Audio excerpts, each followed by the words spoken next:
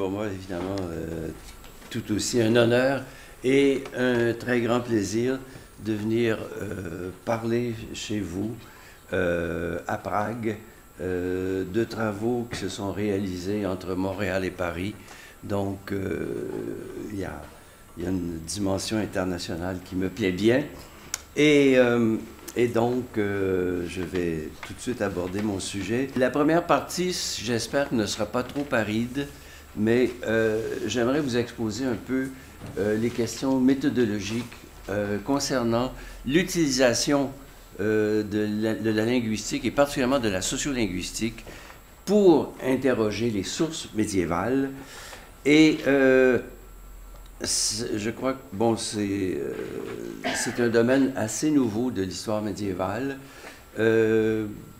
souvent pratiqué davantage par les linguistes que par les historiens, mais que j'estime personnellement très très riche pour la connaissance de l'histoire médiévale.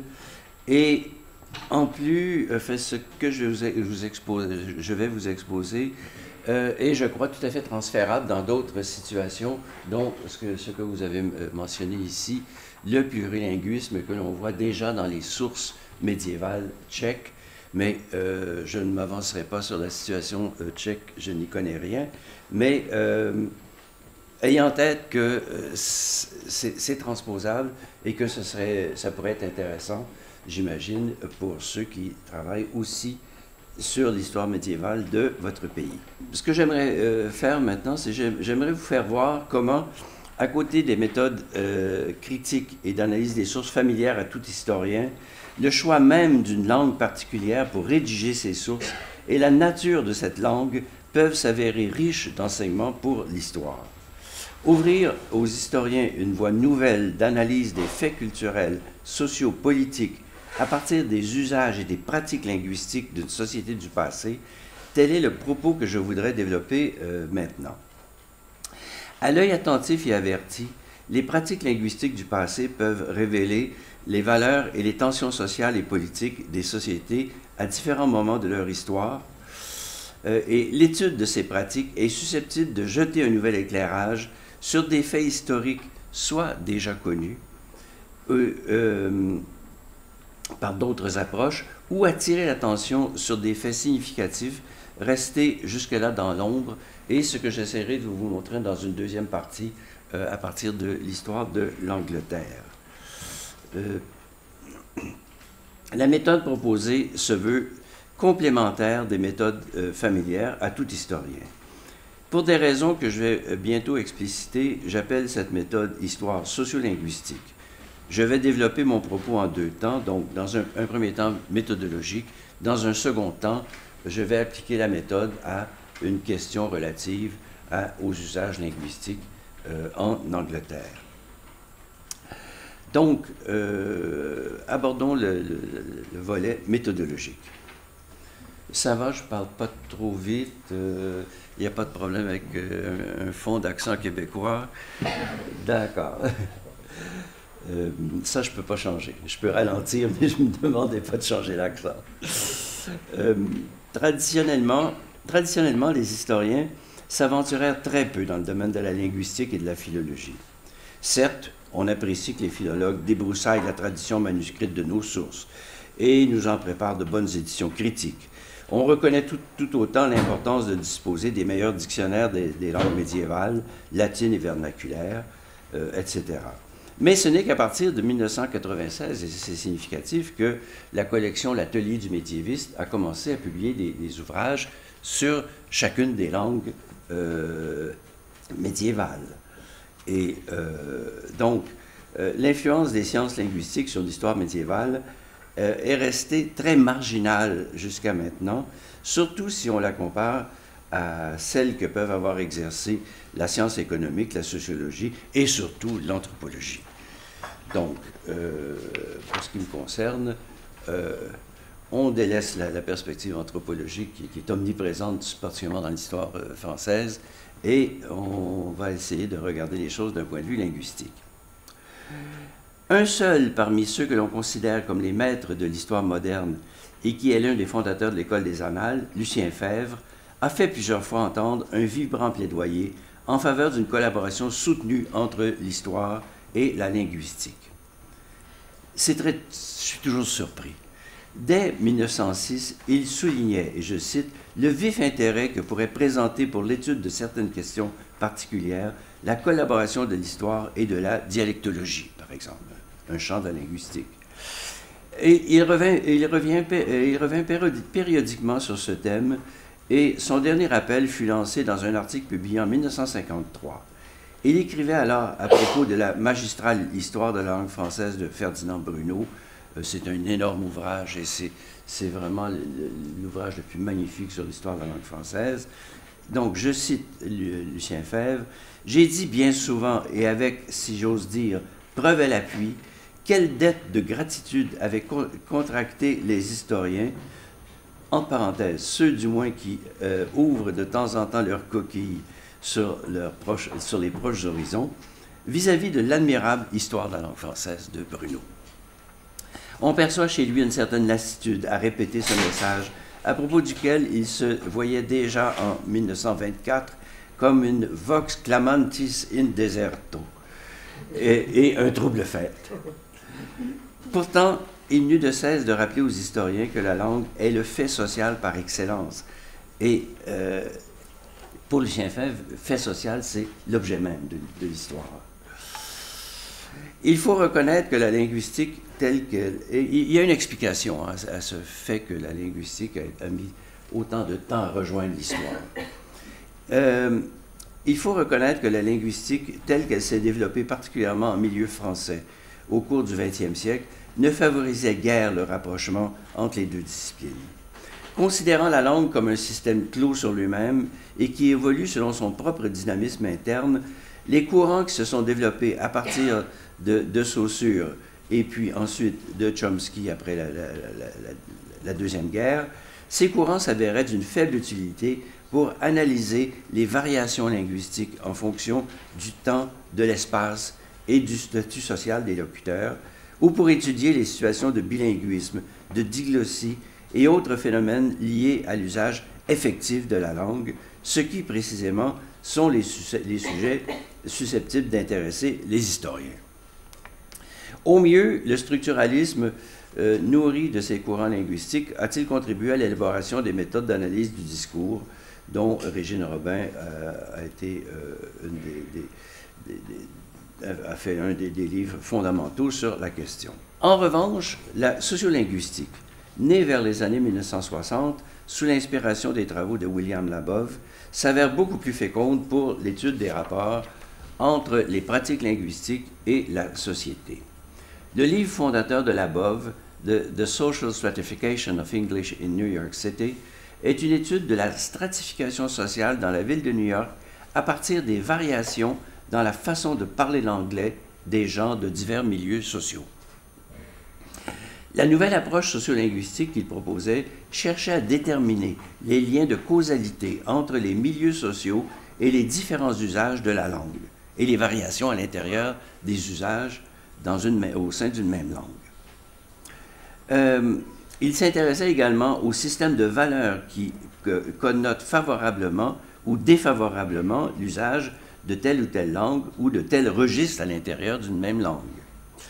Labov découvrait dans les conditions sociales des locuteurs la clé qui explique l'évolution qui s'opère au fil du temps dans une langue. À partir de la fin des années 1980, quelques linguistes qui s'intéressaient aux états plus anciens des langues ont commencé à leur appliquer les méthodes et développèrent ce nouveau champ de recherche qu'ils appellent la sociolinguistique historique. Je retiendrai comme définition de la sociolinguistique historique celle proposée par un très grand spécialiste de la question, Anthony Lodge. Je cite, « La sociolinguistique historique applique les concepts et les techniques de la sociolinguistique aux états des langues du passé, en supposant que les comportements linguistiques que l'on observe dans les sociétés contemporaines offrent les mêmes caractéristiques que ceux des sociétés du passé. » Évidemment, le grand pari, c'est que le rapport à la langue,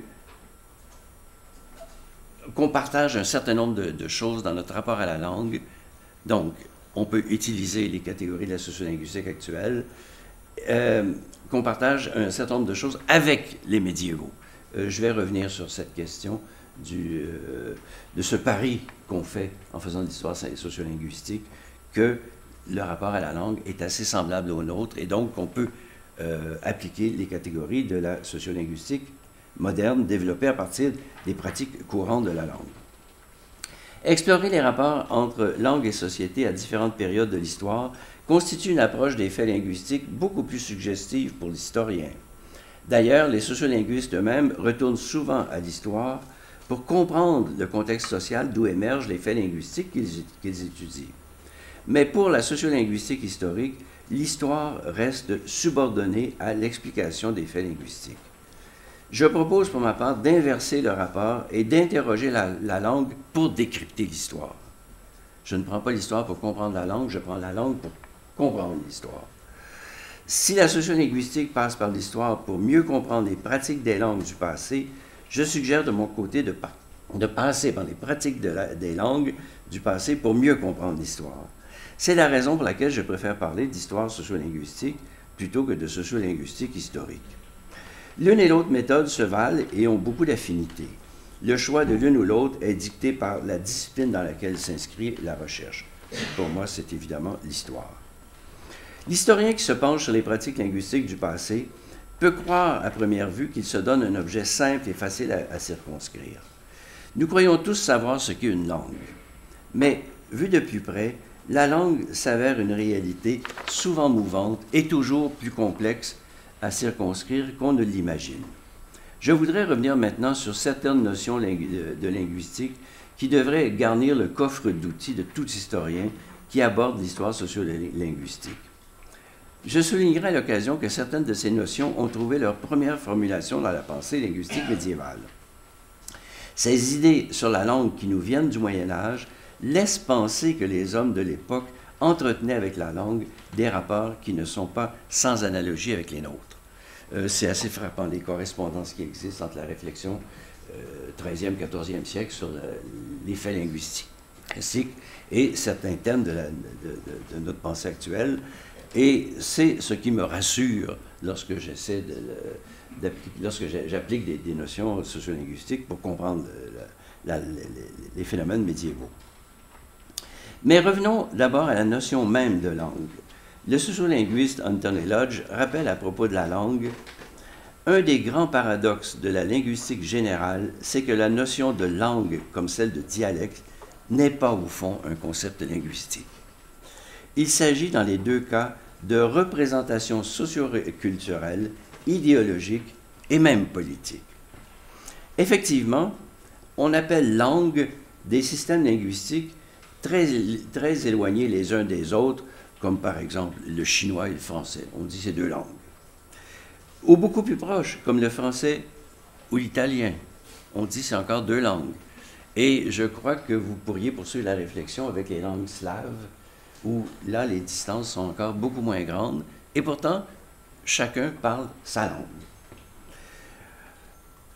Donc, l'intercompréhension entre deux locuteurs n'offre même pas un critère sûr pour établir s'ils partagent ou non une même langue. Par exemple, les Danois et les Norvégiens se comprennent très bien, mais chacun est sûr de parler de sa propre langue. Inversement, l'intercompréhension n'est pas toujours facile entre, l'exemple que j'aime bien, des touristes français qui se perdent dans les campagnes du Québec, ils ne comprennent rien. Et pourtant, les Québécois ont bien conscience de parler français, et évidemment, les Français parlent français, ça va de soi. C'est que la singularité d'une langue tient à la fois à des critères linguistiques, bien sûr, phonétique, grammaire, lexique, mais aussi à la conscience des locuteurs que le système linguistique avec lequel ils s'expriment constitue une langue. C'est à la fois un phénomène linguistique, mais c'est aussi un phénomène de conscience que j'ai de parler une langue et de ne pas parler une autre, même si elles sont proches. Ce sont parfois des impératifs politiques qui déterminent qu'il y a ou non distinction entre deux langues. Je reviens encore ici, au Québec. Il y a eu chez nous un débat dans les années 70, à savoir si on parlait québécois ou français, parce que suffisamment de distance phonétique, certaines différences lexicales, etc. Mais c'est finalement, ce qui a déterminé la chose, c'est le gouvernement du Québec a voté à un moment une charte de la langue française et son premier article, c'est « Le français est la langue officielle du Québec ». Donc, je parle français. Mais il fallait mon gouvernement pour me le dire. Je dis ça en blague, mais réfléchissez bien à ces notions-là, c'est essentiel. C'est un mouvement inverse qui, dans la longue histoire de l'émergence de la langue française, a conduit son détachement du latin. Ce fut le résultat d'un lent processus évolutif amorcé en Gaule à la fin de l'Antiquité, qui connut son aboutissement au 9e siècle, lorsque les locuteurs prirent conscience d'utiliser une langue qu'ils ne reconnaissaient plus comme le latin et qu'ils commencèrent à nommer le roman. Jusqu'au 8e siècle, on avait l'impression de parler latin, même si on était très très loin du latin de l'Antiquité. Bon, je rappelle, c'est vraiment, il faut lire les travaux de Michel Bagnard sur cette question-là. De dialecte du latin, le français devenait une langue, pour paraphraser Anthony Lodge. Chaque langue est susceptible de variations qui tiennent à plusieurs facteurs. Le premier est géographique, il s'agit des dialectes. Cette réalité était déjà reconnue par les penseurs médiévaux. Ainsi, au milieu du XIIIe siècle, Roger Bacon relevait pour la France, et je cite Bacon en français moderne, il existe le picard et le normand, le bourguignon, le parisien et le français. C'est une même langue pour tous, c'est-à-dire la française, mais qui se diversifie accidentellement, et là vraiment au sens philosophique médiéval de l'accident, se diversifie accidentellement selon les lieux. Cette diversification produit des dialectes, mais non pas des langues différentes. Donc, dès le XIIIe siècle, on a une conscience très nette de la distinction entre dialecte et langue. La distinction entre les dialectes se fonde sur des différences phonétiques et lexicales que l'on peut relever entre les locuteurs de différentes régions. Elle comporte également une part d'arbitraire, au même titre que pour la langue, qui tient aux représentations que l'on s'en fait. C'est ainsi que, par exemple, un des très grands spécialistes du français picard, c'est-à-dire le français parlé dans le nord de la France, qui est en même temps un grand défenseur du dialecte. Enfin, quand je suis avec lui, je ne sais jamais s'il faut dire dialecte, patois. Je sais que je me trompe, je me trompe toujours parce qu'il est très impliqué politiquement.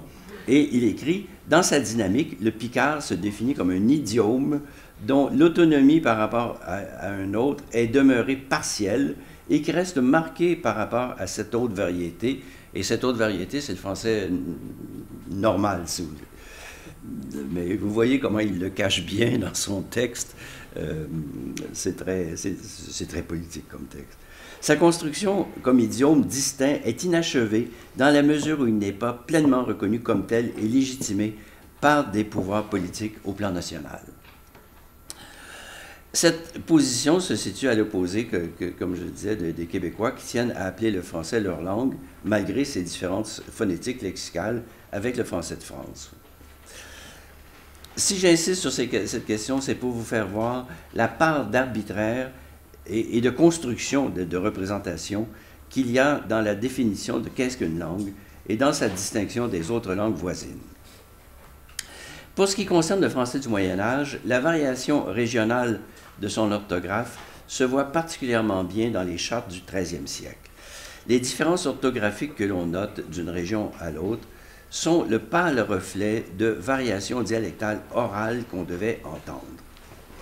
J'espère que ça va bien sortir. C'est bon. Est-ce que vous arrivez à lire? Il y a beaucoup de soleil. Bon. Sachez que vous avez sous les yeux une carte des variations dialectales du français d'Oël, parce qu'il n'y a que la moitié nord de la France qui parle des variantes de la langue qu'on appelle le français, et le sud était évidemment de Languedoc. Donc, dans les chartes, on voit des différences, on note des différences régionales dans l'orthographe, et techniquement, ces variations d'une région à l'autre, c'est ce qu'on appelle les scripta. qui sont ces différents modèles d'orthographe. Ces scripta peuvent être cartographiés, comme on peut le voir. Et là, je voudrais tout de suite attirer votre attention. C'est une des rares cartes, parce que l'histoire de la langue française est tellement très chargée au plan idéologique, en sorte que, habituellement, une carte du français médiéval, c'est une carte de la France. À peine pense-t-on à la Belgique, et on ignore presque toujours l'Angleterre, où le français était très vivant, certainement jusqu'au début du 15e siècle, et surtout était écrit dans une scripta particulière qu'on appelle l'anglo-normand, très facilement reconnaissable. Et donc, l'anglo-normand, le français d'Angleterre, fait, à mon avis, tout aussi partie de l'histoire du français médiéval que les variantes continentales. La sociolinguistique identifie d'autres variations dans les usages d'une langue, telles les variations selon les groupes sociaux. Par exemple, une personne fortement scolarisée ne va pas parler de la même façon que quelqu'un de peu scolarisé. De même, les niveaux de discours d'une même personne peuvent varier selon les circonstances. J'imagine que vous ne parlez pas de la même façon en classe à votre professeur qu'avec vos amis le samedi soir en buvant de la bière. Du moins si les étudiants de Prague ressemblent à ceux de Montréal. De telles variations, je dirais malheureusement, liées à l'usage oral de la langue, restent secondaires pour un médiéviste parce que on n'a pas de source médiévale, on n'a pas de source médiévale qui rende bien compte de la façon de parler des gens. Ce n'est qu'à partir du 16e siècle qu'on commence à avoir des sources où on sent chez des sources écrites par des gens moins bien instruits, où l'on sent la langue parlée qui se cache derrière les lettres, tandis que pour le Moyen-Âge, ce n'est absolument pas le cas. Dès qu'on a des textes en vernaculaire au Moyen-Âge, ce sont déjà des textes écrits par des lettrés et des spécialistes de l'écriture et de la langue. En revanche, la distinction entre l'usage écrit et oral de la langue est fondamentale pour l'historien des temps anciens. Les seules sources dont on dispose sont des sources écrites, et c'est à travers elles qu'on tente de départager dans le document écrit ce qui pourrait avoir été influencé par l'usage oral de la langue et qui tient en propre à son usage écrit. Par exemple, dans mes sources picardes, il y a des traits orthographiques que on retrouve dans la façon contemporaine de prononcer le français. La tendance actuelle chez les spécialistes du français et également de l'anglais médiéval est d'insister sur la distance importante qui devait exister au Moyen Âge entre la langue parlée et la langue écrite. Certes, la langue écrite plongeait ses racines dans la langue parlée, mais elle était également le résultat d'une construction fortement inspirée par le modèle par excellence de la langue écrite, le latin. Ne jamais oublier, mais là, je ne sais absolument pas comment ça peut s'appliquer aux langues slaves, mais évidemment, pour le français, on sent le latin toujours derrière la lettre française. C'était particulièrement le cas d'une langue romane comme le français. Dans la conscience linguistique des gens lettrés du Moyen Âge, la frontière entre le français et le latin était très poreuse et l'influence d'une langue sur l'autre incessante. Je ne vais pas m'étendre longuement sur la question, mais il est clair qu'on peut qualifier l'évolution du français du 14e siècle comme un processus de relatinisation de la langue. De même, comme nous le verrons plus loin, l'anglais fut profondément transformé par son double contact avec le français et le latin. Bref, je voudrais surtout que vous reteniez ceci. Il faut absolument s'enlever de la tête l'idée que parce que quelqu'un parlait français au Moyen Âge, il lui était facile de lire et de l'écrire. La maîtrise de la langue vernaculaire écrite exigeait un apprentissage du même type que pour le latin. L'historien ne doit non plus penser que lorsqu'une langue vernaculaire écrite se substitua au latin dans un domaine quelconque, c'était parce qu'il y avait une perte de la connaissance du latin. C'est une affirmation oui, je répète à l'oral ce que j'ai écrit, c'est une affirmation idiote que l'on retrouve parfois chez certains historiens du passé. Vous lisez, on a commencé à écrire en français parce qu'on ne savait plus écrire en latin. C'est complètement faux. C'est autre chose. Il faut chercher une autre raison. Le processus du remplacement du latin par le français était habituellement motivé par de toute autre raison historique que la perte de la compétence en latin de celui qui écrivait. L'historien doit également prendre en compte la variation des compétences linguistiques des personnes du Moyen Âge selon qu'elles avaient l'habitude ou non de se déplacer sur de longues distances, ce qui les familiarisait avec la variation linguistique, ou qu'elle était carrément bilingue ou multilingue. Par exemple, Anthony Lodge constate que les consuls de la ville de Montferrand, qui est en Pays d'Oc, qui se rendaient à Paris au XIVe siècle, ne semblaient éprouver aucun problème de communication. À ses yeux, l'explication tient au fait que l'intercompréhension entre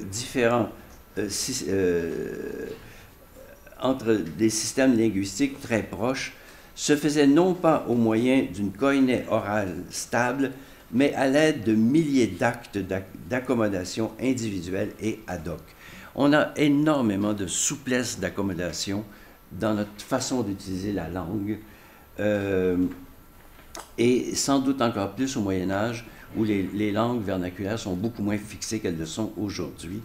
Et donc, il faut toujours avoir en tête qu'on peut distinguer des langues différentes, mais il y avait aussi des variations énormes possibles dans la façon d'utiliser la langue.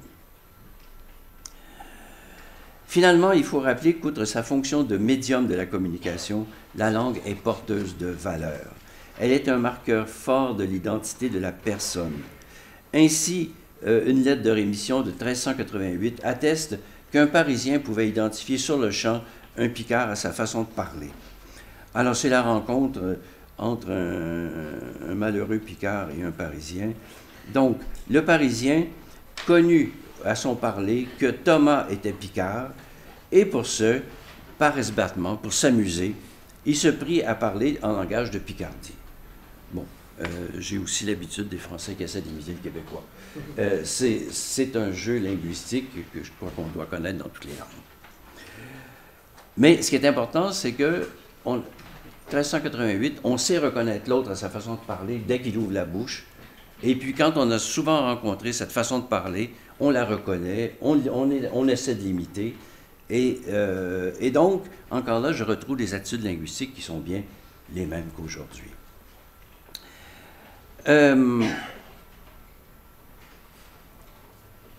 Dans les cas où deux formes d'une même langue, ou deux langues cohabitent sur un même territoire, il n'est pas rare que l'une soit perçue comme plus prestigieuse que l'autre. Dans le cas présent, il semble évident que le Parisien estimait son parler supérieur à celui du Picard. C'est également le cas du français et du latin en Angleterre par rapport à l'anglais. Dans le premier cas, les linguistes qualifient le français parisien d'une forme haute du français par rapport au Picard, qu'on appellerait la forme basse du français. Mais ça, c'est vu d'un Parisien, parce que je crois que le même Parisien, s'il était allé à Amiens, aurait été beaucoup plus modeste et il n'aurait sans doute pas fait sa blague, parce que les Picards avaient une conscience très sûre de la valeur de leur langue. Ça, c'est ce que je vois par d'autres sources. Il est normal, dans ces conditions, que la langue haute exerce une grande influence sur l'évolution de la langue basse. C'est un principe de sociolinguistique que les gens utilisant une forme basse d'une langue vont avoir tendance à absorber des traits de la langue haute. Chez nous, c'est très typique. L'absorption des anglicismes vient du prestige de la langue anglaise dans notre société, et surtout à une époque où j'avais votre âge. On connaît en France les efforts déployés par l'école pour effacer les traits régionaux de la bouche des enfants en vue de leur faire parler le bon français. Nous verrons plus loin que l'anglais sortit profondément transformé de son long contact avec le français et le latin. L'anglais est une langue basse par rapport au français et au latin en Angleterre. Dans le système de valeurs des langues du Moyen Âge, cependant, le latin occupait une place complètement à part. Il était une langue haute par rapport à toutes les langues vernaculaires. Il tenait cette position du caractère sacré qu'on lui reconnaissait. Et ce caractère, on le voit affirmé par différents raisonnements. Et parmi les arguments élaborés par les penseurs médiévaux à cet effet, le plus significatif est sans doute celui inspiré du passage de l'Évangile de Saint Jean, à l'effet que sur la croix, l'inscription « Jésus de Nazareth, roi des Juifs » était apposée en hébreu, en grec et en latin. Il permettait aux exégètes de conclure au caractère sacré de ces trois langues qui les opposaient aux langues vernaculaires. Le latin était également la langue du pouvoir impérial, il ne faut jamais l'oublier, et du droit romain. Donc, de l'image même du pouvoir, de la perfection du pouvoir pour la société médiévale. Tout contribuait à survaloriser le latin par rapport aux langues vernaculaires. Abordons maintenant le cas de l'Angleterre. Je rappelle pour mémoire que l'Angleterre fut conquise par les Normands en 1066. À compter de ce moment, un pouvoir normand se mit en place qui occupa toutes les fonctions importantes dans le royaume, aussi bien politiques qu'ecclésiastiques. Le français était la langue du roi et des classes dirigeantes, et il jouissait de ce fait d'un prestige considérable. À partir du début du XIIe siècle, une importante littérature se développa dans le français des Normands, l'anglo-normand. Jusque vers la fin du XIIIe siècle, du XIIIe siècle, excusez-moi, l'administration des rois normands utilisa presque exclusivement le latin. C'est seulement à partir des années 1270 que l'anglo-normand commença à devenir une langue importante pour le droit et pour l'administration royale. C'est cet usage du français comme langue de l'administration et du droit, aux côtés du latin, que je vais maintenant analyser afin d'illustrer mon propos méthodologique.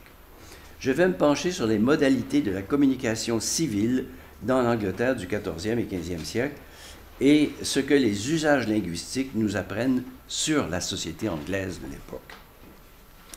Le roi d'Angleterre régnait sur d'immenses territoires aux langues les plus diverses. L'Angleterre elle-même était de langue anglaise, la population parlait anglais, mais celle-ci variait beaucoup selon les régions, comme l'illustre la carte suivante.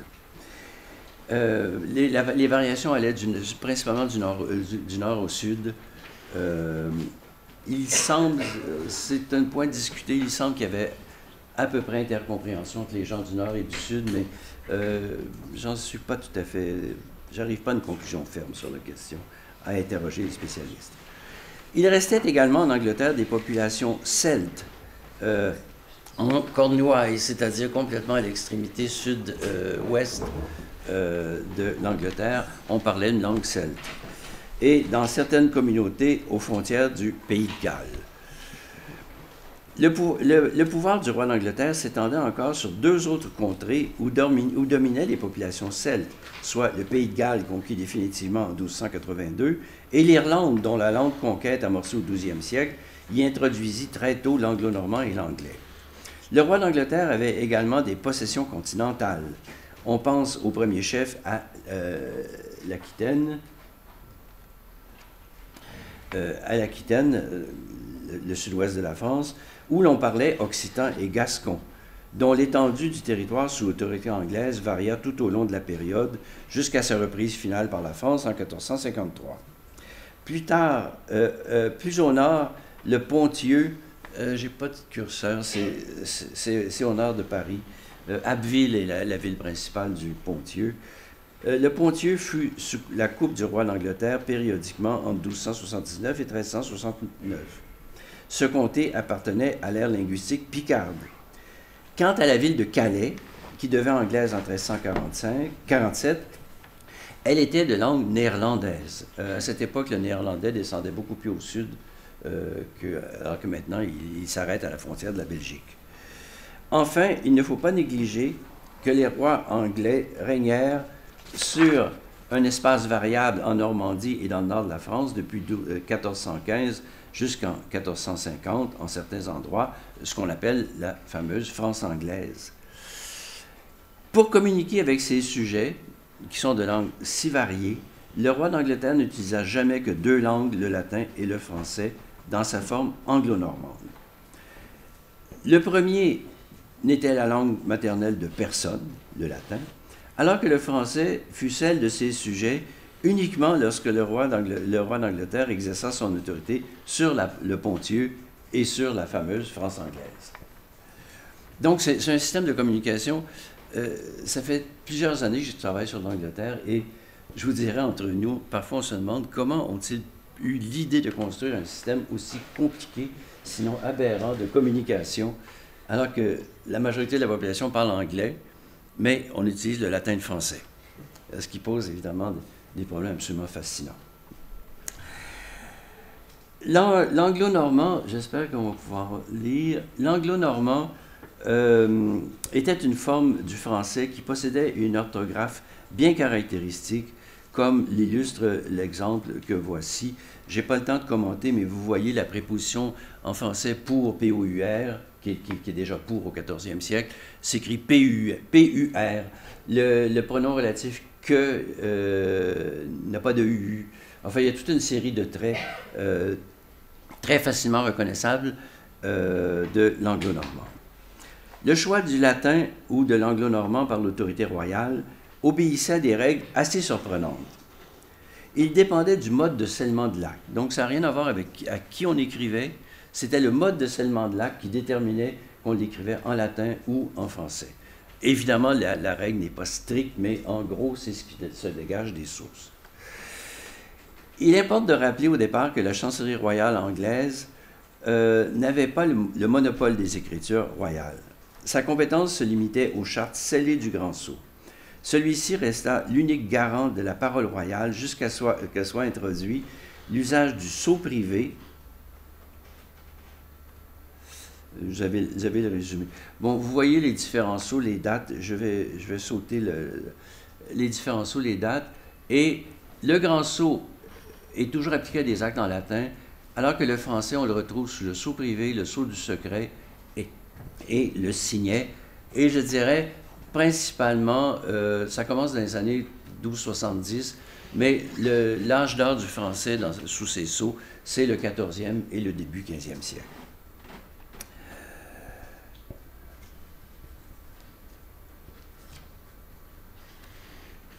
Ça va.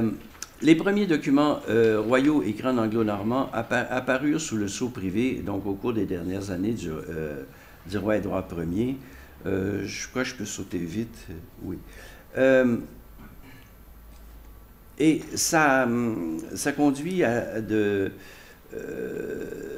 des situations assez surprenantes au plan linguistique.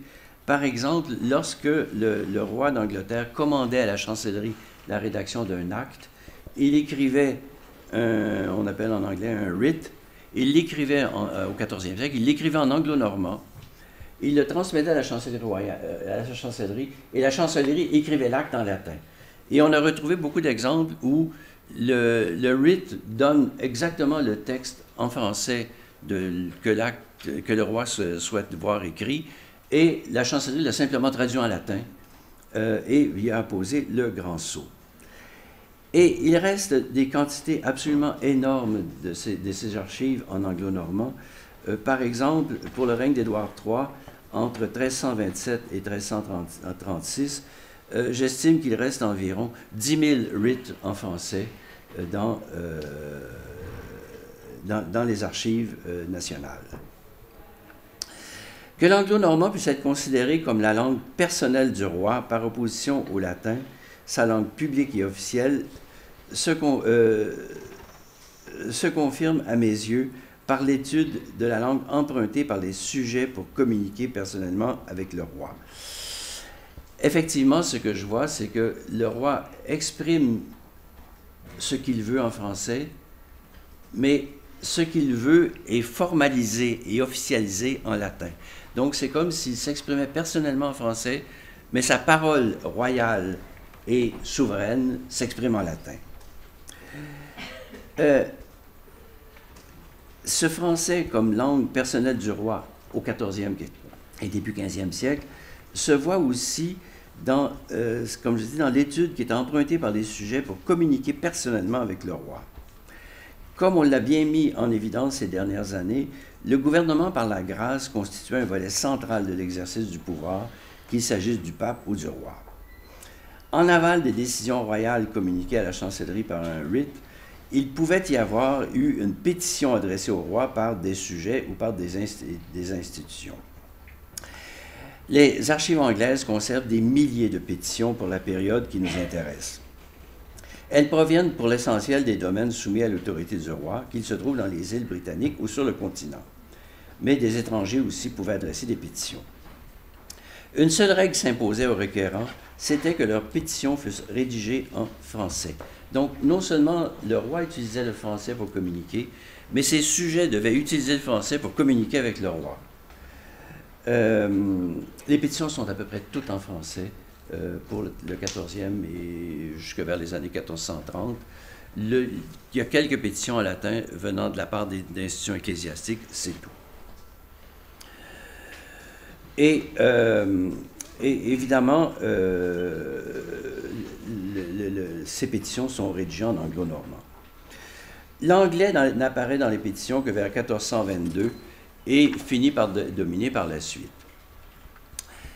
C'est donc en anglo-normand que les sujets adressaient leurs requêtes au roi.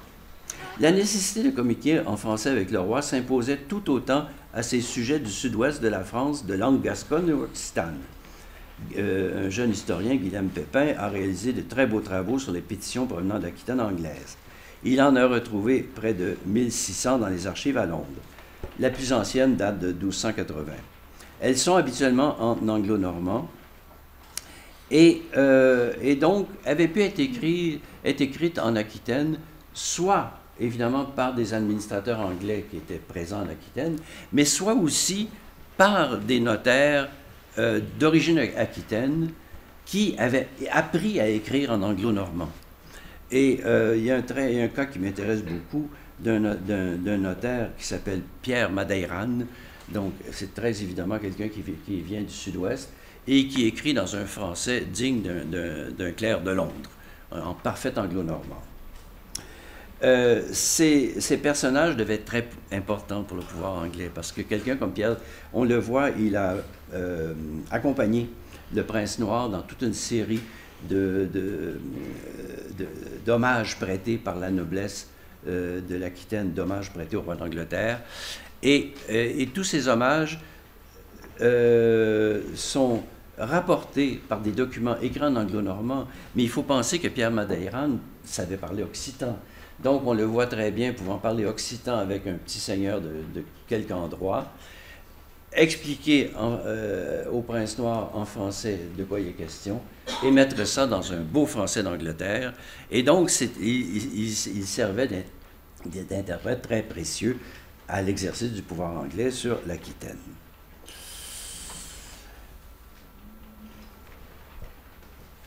Le domaine de la justice était également dominé par l'anglo-normand et le latin. Les praticiens de la justice s'initiaient à la common law, le droit très particulier de l'Angleterre, grâce à des recueils de procès qui furent rédigés en anglo-normand jusqu'à la fin du Moyen Âge. Certainement jusqu'à l'aube du 15e siècle, le procès typique se déroulait de la façon suivante. Les avocats présentaient leur cause et la plaidaient en français. Les témoins devaient être interrogés en anglais, enfin très souvent. Et la décision finale du juge, inspirée par la décision du jury, était consignée en latin. Donc, il y a un jeu des trois langues dans l'exercice de la justice, ce qui laisse supposer évidemment que tout le personnel de justice devait maîtriser les trois langues, c'est-à-dire l'anglais, ça allait, c'était leur langue, mais aussi l'anglo-normand et le latin. De même, prolongement de la common law, les statuts du royaume, c'est-à-dire la législation royale, furent d'abord rédigés en latin. Les premiers statuts en anglo-normand datent du règne d'Édouard Ier. Par la suite, le français devint progressivement la langue unique des statuts jusqu'à ce que l'anglais commence à être utilisé au début du 15e siècle et devint d'un usage plus fréquent que le français après 1440. Dans la longue durée qui s'étend de la fin du 13e siècle jusqu'à la fin du 15e, l'évolution des usages linguistiques du pouvoir royal peut se résumer de la façon suivante. Le latin conserva sa position dominante à la chancellerie jusqu'à la fin du Moyen Âge. C'est sous Henri VIII qu'on abandonne le latin. L'anglo-normand finit par s'imposer dans les actes scellés des autres sceaux, dans le droit et dans les pétitions des sujets tout au long du 14e siècle, et des premières décennies du 15e. L'anglais commença à percer au début du 15e siècle. Il occupa progressivement des domaines appartenant jusque-là au français, mais il ne remplaça jamais le latin. L'anglais n'a jamais menacé le latin dans l'Angleterre médiévale. Il existe même certains types d'actes royaux traditionnellement écrits en français qu'on écrivit dorénavant en latin à partir du milieu du 15e siècle. Bref, c'est la chose importante, les spécialistes actuels s'entendent pour dire qu'il n'y eut aucune politique royale au 15e siècle pour imposer l'usage de l'anglais qui était pourtant la langue du royaume. Cette thèse, défendue depuis assez récemment, va à l'encontre de ce qu'on peut lire dans beaucoup de travaux sur l'histoire de la langue anglaise. Mais ça me semble la thèse dominante et la thèse qu'il faut suivre maintenant. Il n'y a pas eu vraiment de promotion de l'anglais. Il apparaît donc que la société anglaise était encadrée par un système trilingue de communication civile et juridique. La population parlait majoritairement anglais. La circulation des nouvelles et l'expression de l'opinion publique se faisait oralement dans les villes et les villages, en anglais, évidemment. Les gens parlaient anglais. Mais le roi communiquait ses volontés par écrit, ses sujets en latin par des chartes et en français par ses statuts. Les juges royaux couchaient également leurs décisions en latin. Quant au sujet, ils empruntaient le français pour adresser leurs requêtes écrites au souverain.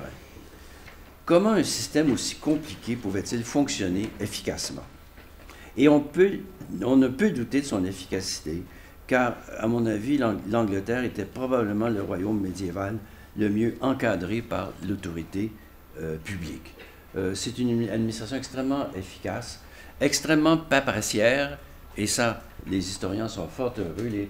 Les sources pour l'étude de l'histoire anglaise sont beaucoup, beaucoup, beaucoup plus riches que pour l'histoire de France. Donc, comment tout ça a pu fonctionner?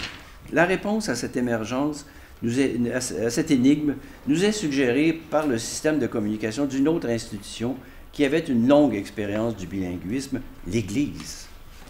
La langue officielle de l'Église était le latin, je n'ai pas besoin d'insister. Mais l'encadrement des fidèles se faisait en langue vernaculaire. Par exemple, le clergé anglais, qui avait reçu sa formation en latin, prêchait en anglais.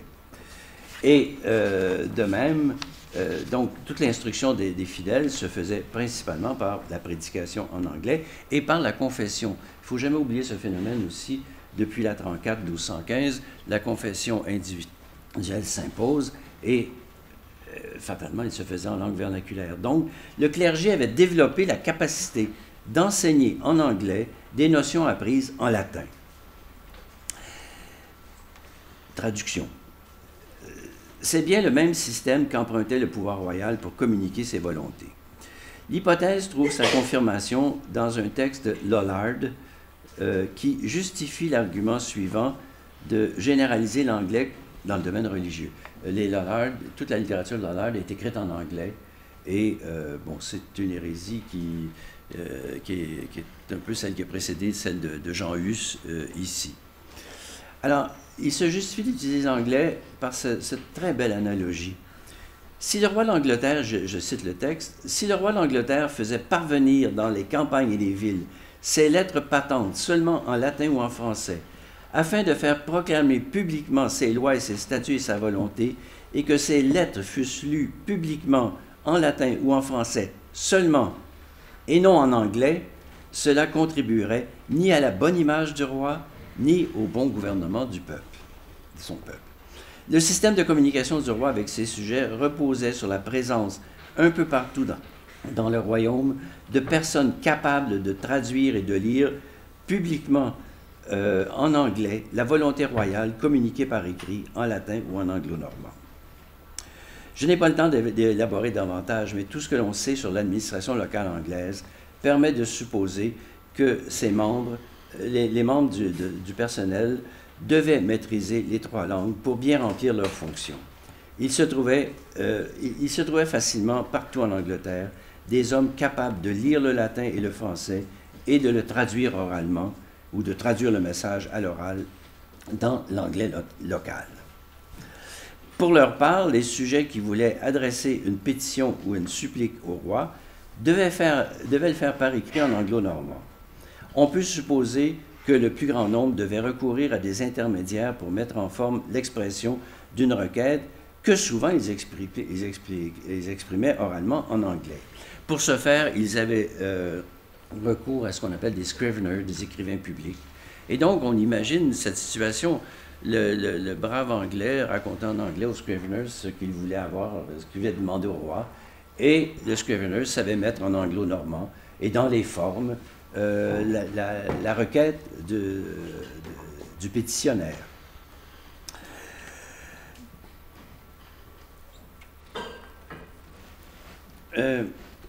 L'apprentissage, parce que évidemment se pose la question de comment on apprenait le français et le latin. Le latin ne fait pas beaucoup de problème parce qu'on connaît, il y a tout un système scolaire mis en place et entretenu par l'Église qui permettait à partir des petites écoles le lent apprentissage du latin. Dans l'Angleterre, on voit bien que concurremment au latin, on enseignait aussi le français. Et il nous reste une série de manuels, je vais très vite, mais c'est un sujet passionnant. Il nous reste une série de manuels qui attestent de ces enseignements du français faits en Angleterre. Donc, c'est un système scolaire qui entretenait, qui permettait le développement, permettait l'apprentissage du français. Il ne faut pas non plus sous-estimer le poids de la famille. On imagine très bien, le français était aussi la langue du commerce. Alors, on imagine très bien dans la transmission familiale des métiers, c'est un phénomène qu'on connaît bien pour le Moyen-Âge, qu'un père qui avait fait une belle carrière de juriste pouvait très bien commencer à apprendre le français et peut-être même un peu de latin à son fils qu'il destinait à reproduire, qu'il destinait à la reproduction finalement sociale. La communication entre le roi et ses sujets reposait donc sur la traduction. Son mode de fonctionnement avait pour conséquence de mettre la langue du peuple, l'anglais, en contact constant et soutenu avec les deux langues de prestige qui étaient le français et le latin. Et ça, c'est partout en Angleterre, partout où il y avait un procès, partout où un sujet s'adressait à un scrivener pour mettre en français sa requête en anglais, tout ça amenait un contact suivi entre l'anglais et le français. Une telle situation de contact entre une langue base, qui était l'anglais, et deux langues hautes, deux langues de prestige, ne pouvait que provoquer la contamination de la langue base par les deux autres. Les locuteurs qui maîtrisaient les trois langues devaient avoir tendance à effectuer des emprunts aux langues hautes lorsqu'ils s'exprimaient dans la langue basse, afin de se distinguer du commun. Le prestige social dont jouissaient ces mêmes locuteurs incitait les autres à les imiter. C'est là un modèle du changement linguistique fondé sur l'emprunt à une langue haute par une langue basse, qui est bien connu de la sociolinguistique et qui a déjà été décrit. Dans le cas de l'anglais médiéval, son contact soutenu avec le français et le latin a amené à une forte romanisation de l'anglais. Je rappelle très brièvement, l'anglais qui était parlé avant la conquête est une langue essentiellement germanique, qui est beaucoup plus près de l'allemand que de l'anglais moderne.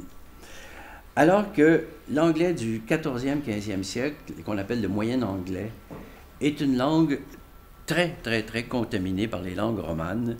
Et là, on le voit, ce moyen anglais, qu'on appelle le Middle English, tous les travaux montrent qu'environ 40% de son vocabulaire vient du latin ou du français, ou des deux, c'est parfois difficile à déterminer, et qu'un grand écrivain comme Chaucer, le vocabulaire de Chaucer est composé à peu près pour moitié de mots venant du français, et Chaucer était parfaitement bilingue, ça on le sait, il a fait plein de missions en France pour le roi d'Angleterre, et on lui attribue quelques poèmes en français.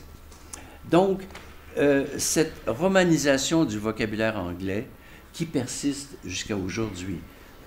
Quand on est attentif au phénomène, c'est impressionnant le nombre de mots d'origine romane en anglais. C'est fait essentiellement au 14e et 15e siècle, selon les travaux les plus récents, les plus sûrs. Là, je suis absolument certain de ce que je vous affirme.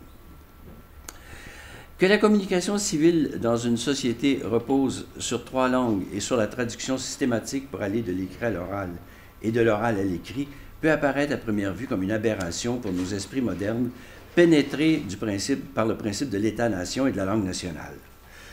La richesse de l'histoire comme science humaine est précisément de proposer une explication pour des expériences sociales du passé à première vue inexplicables. Le but de l'histoire est de comprendre pourquoi des choses ont pu se faire autrement dans le passé et évidemment de réfléchir sur la différence. L'attachement du pouvoir anglais au latin et au français ne peut certainement pas s'expliquer par la nécessité pragmatique et la simplicité et l'efficacité. Mais la langue n'a pas qu'une fonction pragmatique, elle est également porteuse d'un système de valeurs. On a vu que le latin était riche de connotations symboliques. Il était la langue des 2 modèles du pouvoir absolu en Occident, le pape et l'empereur. Il était la langue du sacré et du droit romain. Il était la langue la plus performante pour donner un maximum de solennité à l'expression de la volonté royale. Et on comprend que le latin soit resté langue de l'État souverain jusqu'à la fin du Moyen Âge.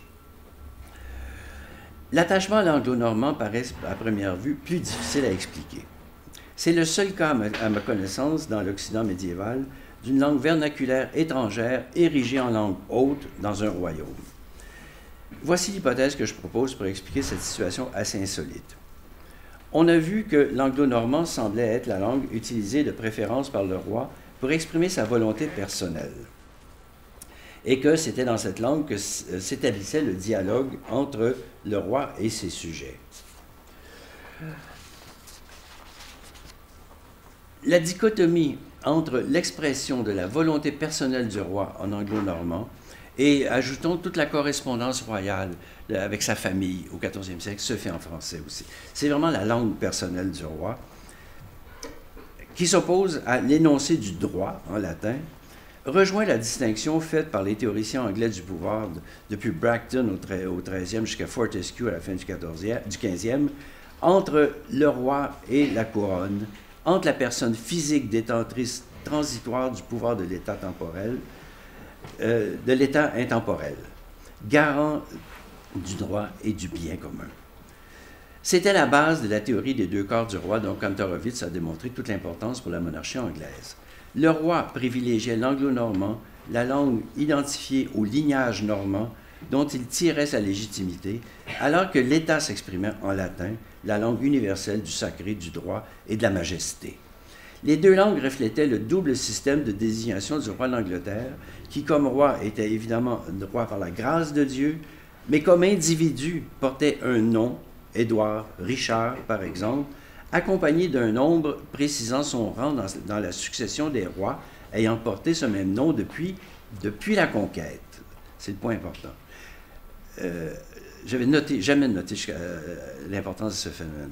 Ainsi trouve-t-on régulièrement au XIVe siècle des désignations de ce type. Richard II est désigné dans les sources comme le roi Richard II après la conquête, ce qui rappelait bien la source normande de son lignage et de sa légitimité royale.